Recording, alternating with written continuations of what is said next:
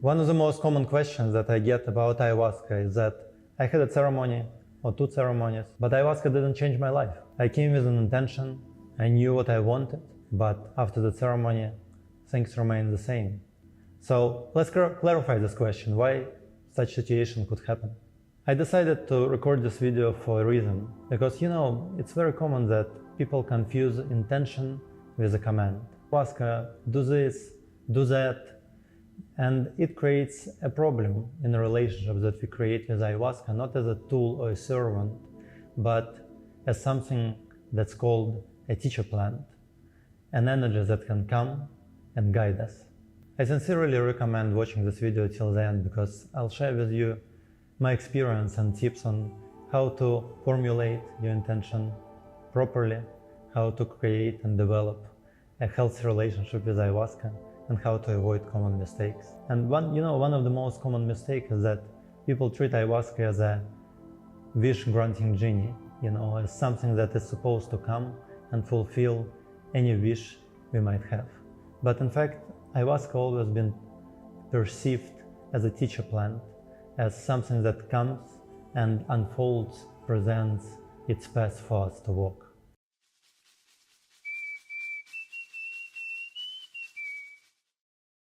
So, my name is Boris. I'm a leading facilitator for APL Shamanic Journeys. I've been working in this field for the past 8 years. I have my personal experience with ayahuasca for the past 16 years. I guided over 2,000 of people through ceremonies with ayahuasca, and I'm happy to share my knowledge and my experience with you today. When a person comes to the ceremony, intention is always a point of confusion. Sometimes people ask, may I have one intention, may I have multiple intentions? But in fact, it doesn't matter that much. You may come with one very narrow intention, and at the same time you can come with multiple intentions that are going to be quite, wide. And they can be like, show me what I need to see, or show me how I can bring happiness back into my life.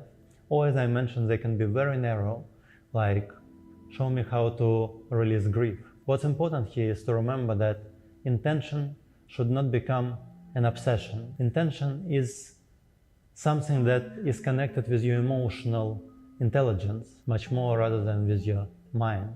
Something that is connected with your feelings. And when you come to the ceremony, sometimes even without words, you can address the way you feel to this medicine and to give the direction for this work. And the next thing to consider is that no matter if it's only one intention or it's several intentions, you need to surrender. You shouldn't be obsessed with an idea that you brought to the ceremony, because as when holding a dialogue with a person or with a therapist, we may start with one topic, but it can lead us to a completely different theme. And in the Shipibo tradition, indigenous people, they call ayahuasca a doctor. Think about yourself coming to a doctor. You have an appointment, you explain what bothers you, you explain everything that is not aligned in your body or in your mind, and then you allow the doctor to do a diagnostic and to prescribe a certain treatment. Right? So it's the same when you come to the first ceremony, you have your intention, you tell to this medicine what you want to work on, and then you surrender to the process. You allow this medicine to guide you, you allow it to give you the teachings. And the experience unfolds in several stages. So let's clarify those stages. So the first stage, when you come to the ceremony, is when ayahuasca starts to do a diagnostic of the way you feel, the diagnostic of your state. And at this moment, you may feel like all the emotions, all the traumas, all the negative energies that you could be neglecting for years, they start coming to the surface. It feels like ayahuasca is bringing all those undigested energies or emotions to the area of your attention. And it's very common that at this stage, people may feel like nothing is changing for better. It feels like everything is getting worse, right? Because try to imagine, somebody was suppressing so many things, traumas, parental expectations, disalignments for years and years throughout their life. And they got really well in it, but really well doing so. And in one ceremony, ayahuasca starts bringing it all to the surface, allowing you to understand what are those things that you need to work on. So the key here is not to stop the process at this stage, not to think that, oh, I came to the ceremony and ayahuasca made me feel worse, right? Because it is only the first stage, the necessary stage. So we can observe and we can understand all the aspects of our being that require our attention and that need to be released. So don't you worry about, maybe feeling disaligned after the first stage, because when the second stage comes, and it cannot be forced. It comes when the plant kind of decides that you are ready to release all those negative energies or suppressed emotions, right? And this release can happen in many different ways and forms.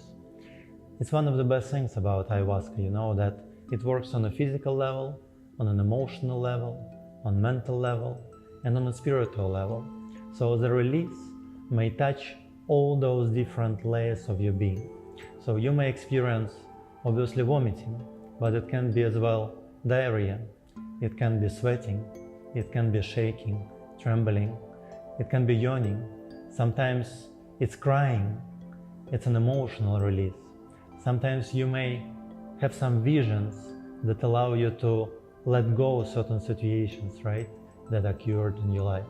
So the plant brings you to the moment in your ceremony when you finally feel ready to let go. And this is an amazing part of the experience. So don't be afraid of the first stage. Give space and time to the plant to bring everything that has to be released together. And then the second stage will come, and you will come to the point when all this negativity and all those emotions, traumas, they are going to be released. You will let go. But sometimes, people decide to have those experiences alone. They simply order ayahuasca online and cook it at home and then drink it. And I just, want to mention that it's extremely dangerous, because ayahuasca is not just a solo standing psychedelic or a drug. It's a part of a tradition that's been developed in the rainforest for thousands and thousands of years. And there are still people who keep this knowledge alive. Those people who guard you on your journey, those people who protect you on your journeys. And trust me, when you go into this deep process and when all those insecurities and doubts and negativity surfacing, you want someone who knows how to guide you, someone who knows how to take care of you, not only on a physical level, but on an emotional one, on an energetical one, first of all. And that's why, at our retreats, we always work with indigenous Shipibo, Onanyas, how they call themselves, people of knowledge, who dedicated their lives to this tradition, who practice this tradition for decades, and they know how to guard people's experiences energetically. And on the other hand, we always have an on-site therapist in a non-clinical supportive role, a person who can supervise your experience, who can notice any red flags if they appear, and who can help you to integrate this experience and fit those sometimes, mind-blowing ceremonies into your day-to-day life and really help you to make a change that probably you're looking for. And as always, you can find more information in the description and find the link that I left below this video. So let's talk about the stage 3. So at this stage, when participants could work on suppressed emotions and suppressed energies, they had an opportunity to release certain traumas that's been buried deep inside their mind or their nervous system. The next stage comes, and at this stage, participants may start receiving insights about their life. They can start receiving guidance from ayahuasca. They can connect with, spirits from the Amazonian forest, they can start developing their understanding of their own tradition, right? Because people who join us, some of them are Christians, some of them are Muslims, some of them practice Buddhism. And it's amazing that ayahuasca can allow them to deepen their own practice, what we always welcome. Those 3 stages, they create the foundation of an ayahuasca experience. And there is one thing that I would like to advise you and to warn you about.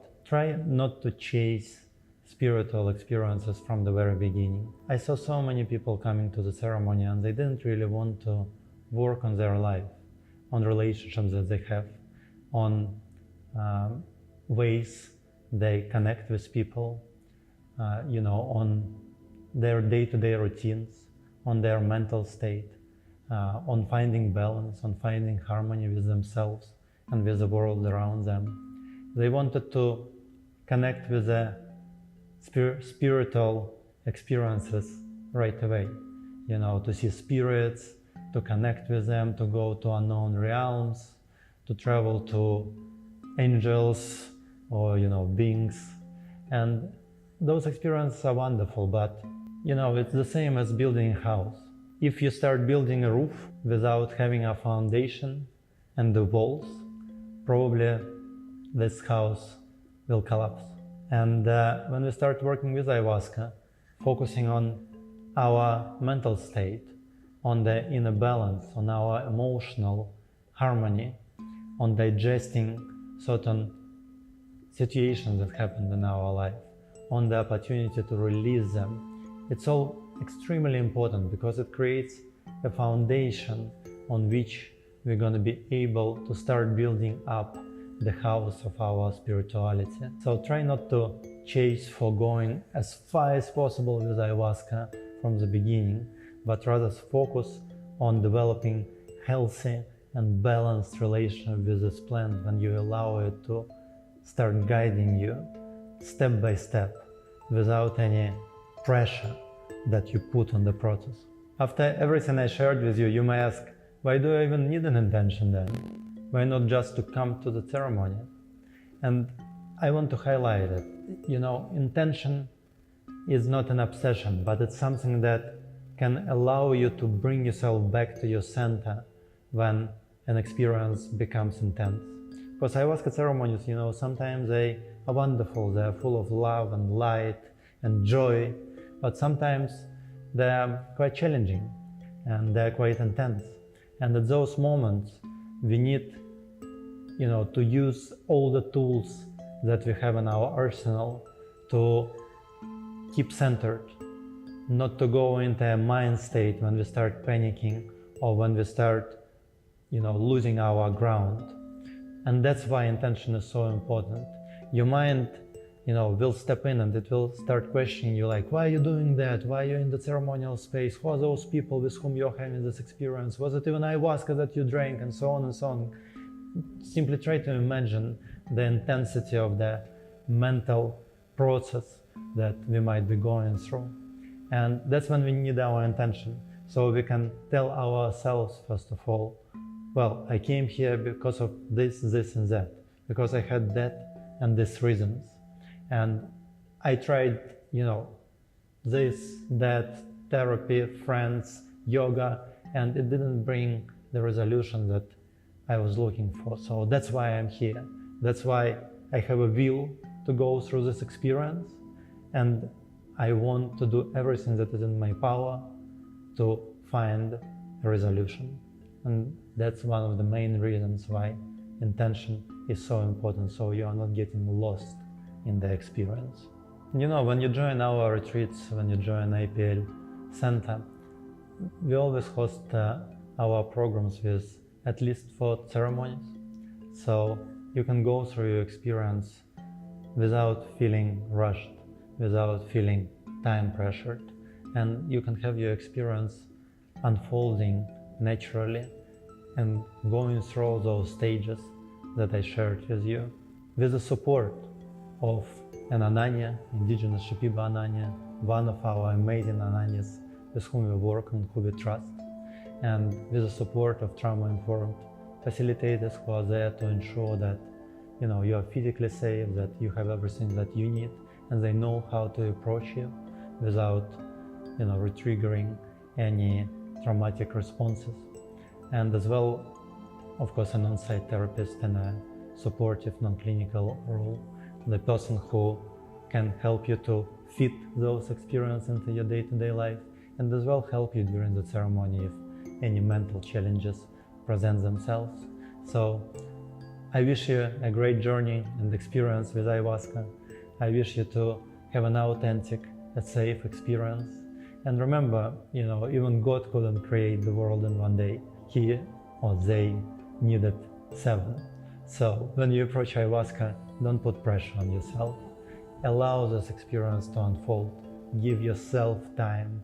Do not judge yourself for not having immediate results. Be compassionate, first of all, to yourself, patient, and allow this plan to teach you, because sometimes, it also might be a bit of a test that ayahuasca sets up for you. How much dedication you have, how ready you are committed, and not simply be like, oh, it didn't give me the result in one day, or I will go do mushrooms, ketamine, or, well, I don't know what, bufo or San Pedro. Sometimes ayahuasca tests our dedication and our readiness to follow its path. So I wish you patience. I wish you to be compassionate and kind to yourself on this journey. And if one day you decide to join APL Center, we are here to guide you through and facilitate authentic, traditional, and safe experience for you. Thank you so much. Have a great life. Enjoy it. And may the force be with you.